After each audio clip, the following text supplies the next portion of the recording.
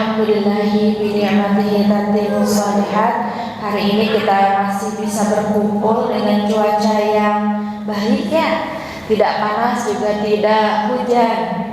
Tapi sebelum kita dimulai ada sedikit ice breaking terlebih dahulu. Permainannya adalah jika dan maka. Melatih apa sih? Bukan motorik ya. Melatih refleks. Ada yang bisa di sini menjawab langsung ya, bukan menjawab, mempraktekannya langsung. Jadi misalnya jika apa? Nanti dibalas maka apa? Bisa? Coba. Ada yang bisa mengawali misalnya jika aku jadi bulan balas. Nah gitu. Bisa. Diburu-burin kan lele. Jangan lupa main ke kuburan le, katanya. Bisa? Oh, mulai ya tuh. Siapa yang bisa memulai terlebih dahulu? Cung, yang mau jikanya. Nanti ada yang ngebalas makanya. Dibagi dua ya timnya. Nah, dari Terisma ke sini tim jika, tim maka. Sok jawab nanti diskusi makan naon. Siap. Mulai ya. Sok silakan diskusi. Jika naon? Jawab sama tim ini. Maka naon? Iya. Cakep. Jika aib seseorang, maka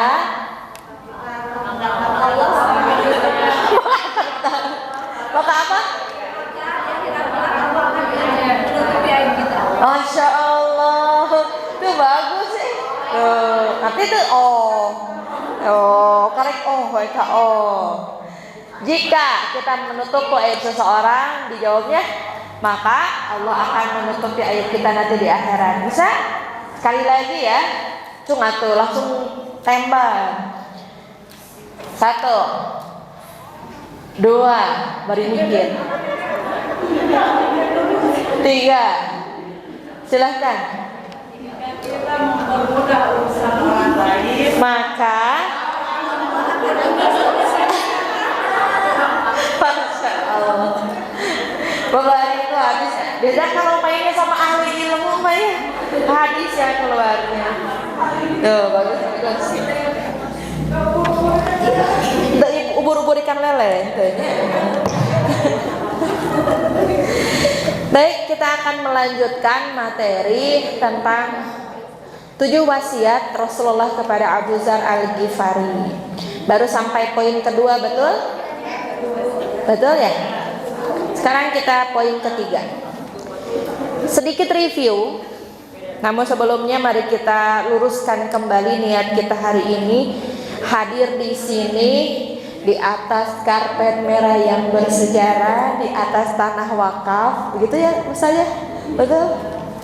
Kita luruskan kembali niat kita semata-mata mencari ridho Allah Subhanahu wa Ta'ala.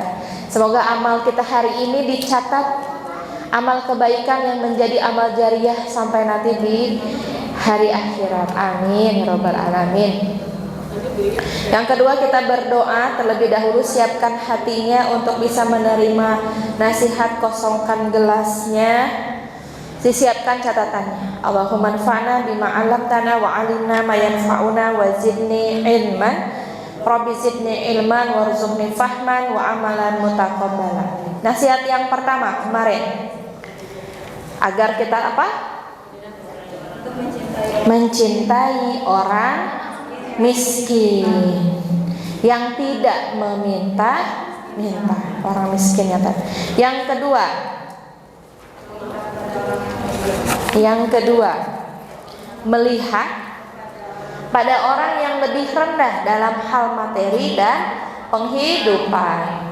Jadi prinsip kita Ibu, dalam hal materi kita lihatnya ke bawah, dalam hal amal baik kita lihatnya ke atas. Begitu. Jadi, oh ya Allah, itu hafalannya sudah 10 juz ya. Berarti saya harus bisa. Nah, itu lihatnya ke atas, bukan batu roge tinggal ikro kene geun we wios. Jangan dibalik. Jangan dibalik urusan dunia dan akhirat. Yang ketiga, wasiat yang disampaikan kepada Abu Dzar Al-Ghifari adalah dengan senantiasa menyambung silaturahim. Di Quran surat An-Nisa ayat 1, di dalam Al-Quran Allah Subhanahu wa Ta'ala berfirman yang artinya, dan bertakwalah kepada Allah yang dengan namanya kamu saling meminta satu sama lain, dan peliharalah hubungan silaturahim. Sesungguhnya Allah selalu menjaga dan mengawasi kamu. Selain itu di sebuah hadis riwayat At-Tirmizi, Rasulullah bersabda, wahai sekalian manusia, tebarkanlah salam, memberi orang makan, sambunglah silaturahim, salatlah ketika manusia sedang tidur, niscaya kamu akan masuk surga dengan selamat. Ingin masuk surga tanpa hisab, tidak ada trouble di dalamnya, tidak ada saling tukar menukar pahala, lakukan hal ini. Tebarkanlah salam perdamaian. Tebarkanlah bukan hanya ucapan ya, tapi salam teh artinya naon, Bu? Damai, peace. Memberi orang makan, sambungkanlah silaturahim. Salatlah ketika manusia sedang tidur, niscaya kamu akan masuk surga dengan selamat. Namun, kata ibu semuanya, kita kadang-kadang salah makna antara silaturahim itu dengan ukhuwah.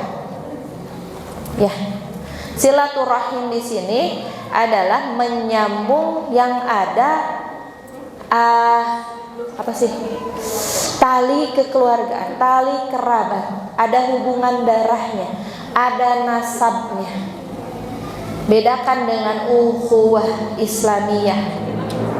Namun di sebuah hadis yang lain, ukhuwah Islamiyah itu jadi persaudaraan yang karena keimanan itu lebih kuat dibanding persaudaraan yang karena darah. Sambunglah yang ada kekerabatannya, jangan diputus. Apalagi ngehapus di nu kakaknya.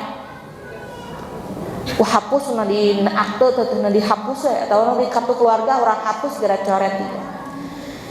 Kerabat itu bisa ponakan, bisa yang masih ada hubungan darah. Nah, tidak boleh diputuskan. Ancamannya ada di Quran surat Muhammad ayat 22 sampai 23. Artinya, maka apakah kiranya jika kamu berkuasa, kamu akan membuat kerusakan di muka bumi dan memutuskan hubungan kekeluargaan. Mereka itulah orang-orang yang dilaknat Allah dan ditulikannya telinga mereka dan dibutakannya penglihatan mereka. Mau nggak, Bu? Nanti di akhirat dibangkitkan dengan keadaan matanya buta, telinganya tuli, dan dilaknat oleh Allah karena tadi memutuskan hubungan kekeluargaan. Kata sebagian para ulama, apa makna dari menyambung silaturahmi dan memutuskan hubungan kekeluargaan? Menyambung silaturahmi adalah memenuhi undangan dari keluarga, memenuhi bukan panggilan. Ketika mereka meminta bantuan, maka kita juga berusaha membantu semampu kita. Tong pura-pura tawabuh, ya, gitu. Tidak harus layu terus tiap hari ke rumahnya, enggak gitu. Maksudnya silaturahmi itu, apalagi yang ada hubungan darah kayak keluarga, anak, ayah, itu mah sudah pasti ya. Anak dan keluarga inti, ini yang masih kerabat. Dan di Al-Quran yang harus kita dahulukan sedekah itu adalah kerabat yang miskin. Jadi yang masih ada hubungan darahnya, maka kita dapat 2 pahala. 1 pahala silaturahmi, 2 pahala sedekahnya. Kemudian ini kabar gembira bagi orang-orang yang senantiasa menyambung silaturahmi. Sekarang kan banyak ya media untuk silaturahmi itu, bisa grup, bisa bikin grup keluarga, bisa bikin grup arisan keluarga, ikuti teh. Oh ya keluarga, walaupun isinya nini hungkulnya, ya nenek hungkul. Atau kan Gen Z anak sekarang mah mau lebaran nggak mau pada kumpulnya, cara ricing di pojokan nyaro handphone, jarang ngobrol dengan para kerabatnya. Itu harus segera diwaspadai karena ancamannya sampai Allah laknat ya. Kita tidak mau kumpul keluarga, ini males kumpul keluarga karar itu dan semuanya. Justru yang harus kita pertama kali merasakan manfaat dari kebaikan kita itu adalah kerabat dan keluarga. Kalau tidak bisa dengan harta, tidak bisa dengan bantuan apapun itu, minimal dengan senyuman kita, sedekah senyum itu. Walaupun isinya horea kumpul keluarga teh, isinya flexing hungkul. Tahu ibu flexing? Pamer cenah. Kita yang udah ngaji, kita yang udah paham, jangan ke bawah arus. Ya biarkan mereka dengan flexingnya. Siapa tahu nular gitu ya, nular energi positif kita. Tapi ya itu dia, kita harus kokoh dulu akidahnya, kokoh dulu keilmuannya. Jangan-jangan ke bawah arus lagi. Gitu Bapak Ibu, harus kokoh dulu di kitanya. Jangan pernah memutuskan silaturahmi kalau kita mau selamat dunia dan akhirat. Kemudian manfaat dari silaturahmi. Rasulullah SAW bersabda, barang siapa yang senang untuk dilapangkan rezekinya dan diakhirkan ajalnya atau dipanjangkan umurnya, maka hendaklah ia menyambung tali silaturahim. Kemudian kok kontradiksi ya di surat yang lain? Ini kan hadis riwayat Bukhari. Hadis riwayat Bukhari ini sahih. Kemudian di Quran surat Al-A'raf Allah berfirman yang artinya, maka apabila telah datang waktunya mereka tidak dapat mengundurkannya barang sesaat pun dan tidak dapat pula memajukannya. Jadi kalau ajal sudah mendekat kita nggak bisa nego. Terus gimana tuh dengan tadi makna silaturahmi tadi? Katanya bisa dipanjangkan usianya. Ini menurut pendapat ulama. Ada 3 pendapat. Pendapat yang pertama, yang dimaksudkan dari dipanjangkan umurnya adalah 1, yang ditambahkannya itu adalah keberkahan dalam usianya. Jadi panjang umur ini bukan nambah jadi tadina 65 jadi 70, tapi keberkahan usianya bertambah. Yang tadinya usianya itu dihambur-hamburkannya dengan leha-leha, tiba-tiba dimudahkan dalam ketaatan, berarti barokah sisa usianya. Seperti tagline kita ya. Gimana tagline kita? Gemilang di sisa usia. Sisanya berapa, Bu? Kalau lihat kepatokan Rasul tuh 63. Berarti sisa berapa dari umur? Kalau lihat ke Rasulullah usianya 63 dan kata Rasulullah umur umatku tidak akan lebih dari sekitar 65 sampai 70 tahunan. Kalaupun ada berarti itu sedikit yang dilebihkan. Umurnya segitu, Bu. Beda dengan umur zaman orang-orang zaman dulu. Sebelum Nabi diutus 100, 130 sampai 900 tahun, itu Nabi Nuh 900 tahun, Nabi Adam sampai 900 tahun. Nah, kita mah cuman sampai 60 sampai 70-an. Jadi tinggal dikurangi aja. 30 berarti 30 sekian lagi, barokah nggak sisa umurnya. Belum lagi direvisi. Wah, yang kemarin 30 sebelum itu teh dipakainya dosa atau ketaatan. Nah, untuk mengejar ketertinggalan itu diantaranya adalah dengan menyambung silaturahmi, menyambung ketertinggalan kita dalam ketaatan. Kemudian yang kedua, makna dari dipanjangkan silaturahmi ya, biar tidak ada lagi salah paham. Ini berkaitan dengan ilmu yang ada pada malaikat yang terdapat di Lauhul Mahfuz. Ini misalnya si fulan di Lauhul Mahfuz sudah dituliskan umurnya 60 tahun. Akan tetapi orang ini senang menyambung silaturahmi.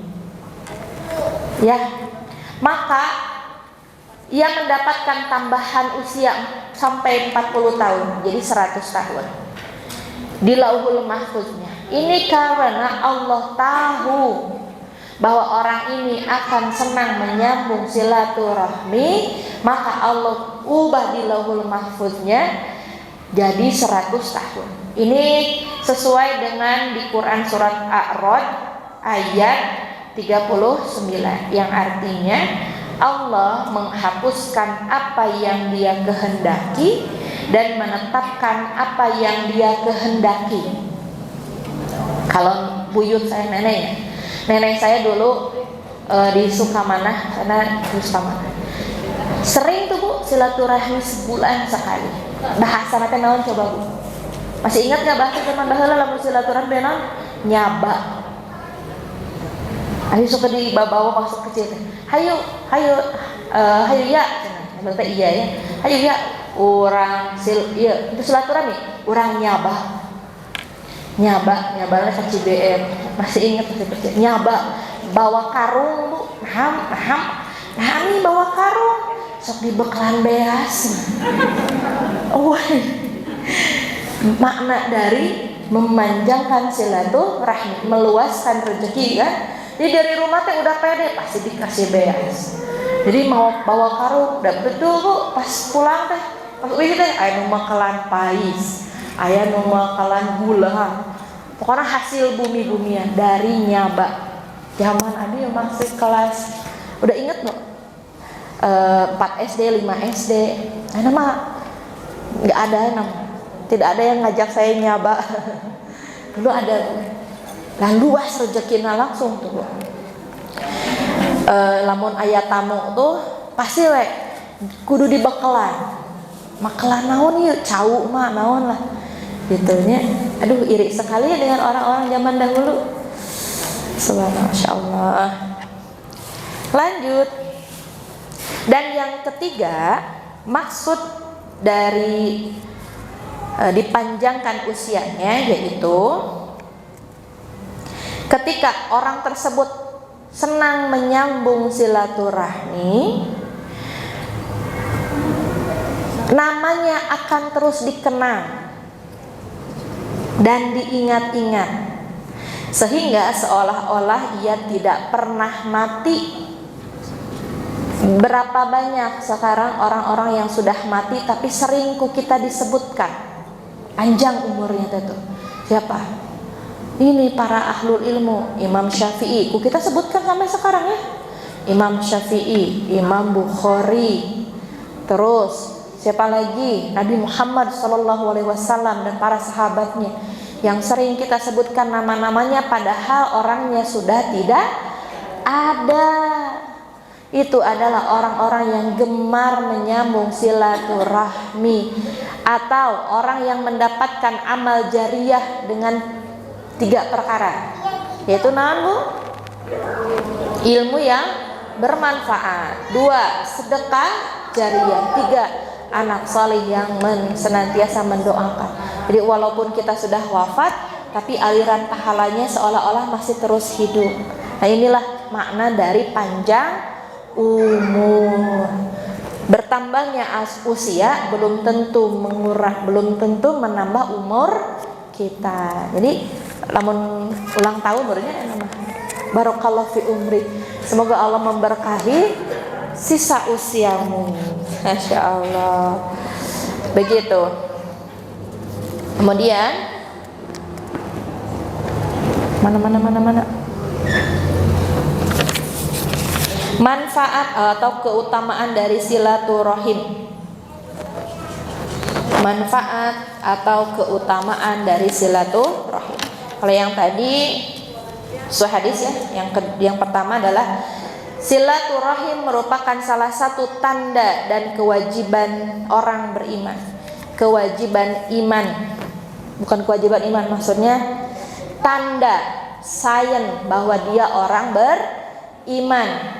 Karena kata Allah apa tadi? Kata Rasulullah di hadis riwayat Bukhari, barang siapa yang senang dipanjangkan usianya, ditambahkan rezekinya, maka dia akan menyambung silaturahmi.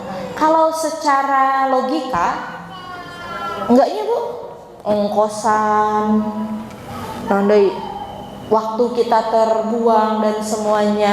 Tapi kata Allah itu pasti luas rezekinya, pasti luas rezekinya. Networking mau dibahasa ayeuna mah. Nambah relasi. Kalau kita mempercayai hal yang goib, gak kelihatan di depannya benar atau tidak, itu namanya iman. Lakukan dah kalau yang Allah katakan ini pasti benar akan terjadi. Maka silaturahmi, maka orang-orang yang senantiasa menyambung silaturahmi adalah orang-orang yang beriman. Salah satu pembuktian imannya. Tong nundutan apa? Sunu begadang wae. Ya, sesuai dengan hadis riwayat dari muttafaq alaih. Apa itu muttafaq alaih? Muttafaq alaih itu Bu, perpaduan antara hadis sahih Muslim, Bukhari, Muslim dihijikeun jadi muttafaq alaihi. Barang siapa yang beriman kepada Allah dan hari akhir, hendaklah bersilaturahim. Silaturahim. Di sini mah silaturahim, menyambung rahim. Menyambung ini ada persambungan antara dua rahim.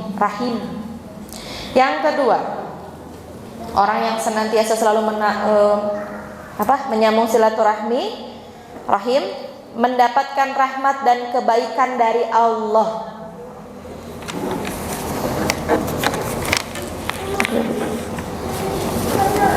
Mendapatkan rahmat dan kebaikan dari Allah. Masya Allah Bu ya.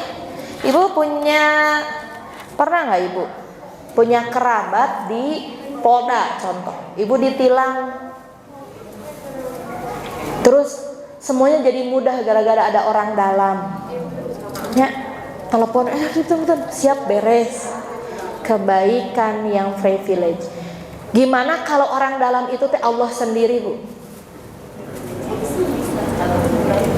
Orang dalam itu Allah sendiri. Kebayang ya, semua urusan kita teh jadi mudah. Kenalan kita malaikat, kumaha tuh? Beres. Orang dalam. Dengan apa? Mendapatkan kebaikan dan rahmat Allah dengan cara bersilaturahim. Saking darah tuh lebih kental dibanding air. Nasab Rasulullah sampai ke Nabi Ismail, Nabi Ibrahim itu ada nasabnya Bu. Bin ini. Nama kita baru abi we baru 3 terus apalnya. Ini anak kasaha. Nah, dulu mah Bu sampai bin sampai. Apa itu manfaatnya atau faedahnya? Agar tahu anak itu hasil zina atau bukan. Alhamdulillah. Karena kalau anak itu anak di luar nikah, binnya tidak di nasabkan atau sanad dinasabkan ya, dinasabkan kepada ayahnya, terputus nasabnya Bu. Kasihan ya. Maka jauhi zina. Zina tuh hutang Bu. Dosanya tuh nauzubillah dibawa-bawa sampai mati, terbawa-bawa. Padahal nikmatnya cuma beberapa menit. Nikmatnya cuma beberapa menit. Ada yang tahan 1 jam? Suri itu si ibu. Nggak ada, cuma 1 menit. Tahan dengan hawa nafsu itu. Apa sih? Nanggung, bukan cuma nanggung malu, nanggungnya sampai nggak punya nasab anak itu. Terus anak itu gimana? Saya nggak punya dosa, nih yang dosa adalah ayah dan ibunya. Iya, itu justru karunia. Itu jejak dosanya anak tersebut. Anaknya mah fitrah, dilahirkan dalam keadaan tidak nol, dosanya mah nol. Cuman sebagai jejak tanda dosa tadi. Gitu kata ibu. Sabda Rasulullah SAW, Allah menciptakan makhluknya, ketika selesai menyempurnakannya, bangkitlah rohim dan berkata, ini tempat orang yang berlindung kepada engkau dari pemutus rohim. Allah menjawab, tidakkah engkau ridho? Aku sambung orang yang menyambungmu dan memutus orang yang memutusmu. Dia menjawab, ya wahai Rabb. Ibnu Abi Zamroh berkata, kata Allah menyambung adalah ungkapan dari besar karunia kebaikan dari Allah kepadanya. Jadi pas Allah menciptakan rahim, selesai menciptakan makhluk, ketika selesai disempurnakan, rahim itu sampai berkata, rahim di mana? Di sini ya rahim. Inilah tempat orang yang berlindung kepada engkau dari pemutus rahim. Kemudian Allah menjawab, karena Allah Maha Baik. Tidakkah engkau ridho? Aku sambung orang yang menyambungmu dan memutus orang yang memutusmu. Kata rohim, nih rahim kita berkata, ya saya ridho ya wahai Rabb. Jadi kalau kita memutus silaturahmi, Allah benci. Kalau kita menyambung silaturahmi, Allah ridho. Gitu kata ibu, masya Allah. Yang ketiga, jadi tanda kebaikan Allah itu dengan tadi apa? Membuat rahim tadi. Orang yang senantiasa menyambung silaturahmi akan dapat rahmat dan kebaikan Allah. Yang ketiga, terakhir, manfaat atau faedah dari silaturahim adalah salah satu sebab penting masuk surga dan dijauhkan dari api neraka. Sebagaimana sabda Rasulullah sallallahu alaihi wasallam dari Abu Ayyub Al-Ansari. Beliau berkata, seorang berkata, wahai Rasulullah, beritahulah salah satu amalan yang dapat memasukkan saya ke dalam surga. Beliau sallallahu alaihi wasallam menjawab, menyembah Allah dan tidak menyekutukannya, tegakkanlah salat, tunaikan zakat dan silaturahim. Pengen masuk surga tuh, teteh, sembah Allah, jangan pernah mensekutukannya, tegakkanlah salat, tunaikanlah zakat dan sambunglah silaturahim. Kata ibu semuanya, kita tahu manfaat dari silaturahmi ya. Kita juga tahu kisah Rasulullah SAW punya paman yang tidak beriman. Tidak beriman. Siapa dia? Abu Lahab. Abu Lahab. Siapa lagi? Abu Thalib ya, yang tidak seiman, tadi. Apa yang dilakukan Rasulullah kepada paman-pamannya? Apakah Rasulullah menzalimi mereka? masih terus bersikap baik Bu, walaupun dizalimi, walaupun dikatakan gila oleh pamannya sendiri. Bahkan Rasulullah pernah mengundang semua kerabatnya makan di rumahnya untuk diajak masuk Islam, dan dicaci maki di hadapan yang lain oleh, juga bersabar atas keluarganya yang seperti itu. Dan kita tahu bahwa Rasulullah ini adalah qudwah atau contoh. Kalau Rasulullah pernah mengalami hal tersebut, yakin di suatu hari di kedepannya umatnya akan mengalami hal yang sama. Ada yang di sini punya pasai aja, emang na bibina, ada punya masalah dengan keluarga kerabatnya, karena pakai truk mah moal jeung pacul, katanya pasti sendok mah jeung garpu, pasti ada. Belajarlah pada Rasulullah bagaimana cara mengelola hati. Rasulullah tidak lantas mengatakan mulai saat ini kamu bukan pamanku, tidak. Rasulullah bersabar atas gangguan tersebut, tapi tidak juga jadi layut gitu atau menuruti semua perkataan Abu Lahab, tidak.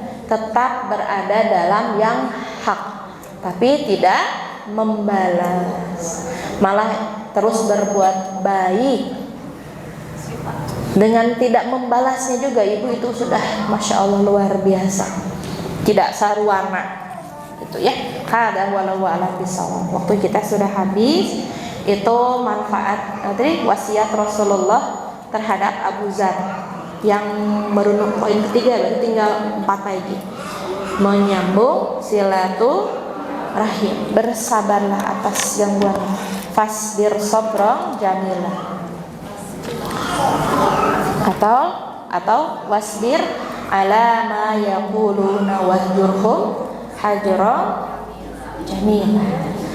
Subhanakallahumma rabbana wa bihamdika asyhadu an la ilaha illa anta astaghfiruka wa atubu ilaik. Assalamualaikum warahmatullahi wabarakatuh. Silakan kembali ke halaqahnya masing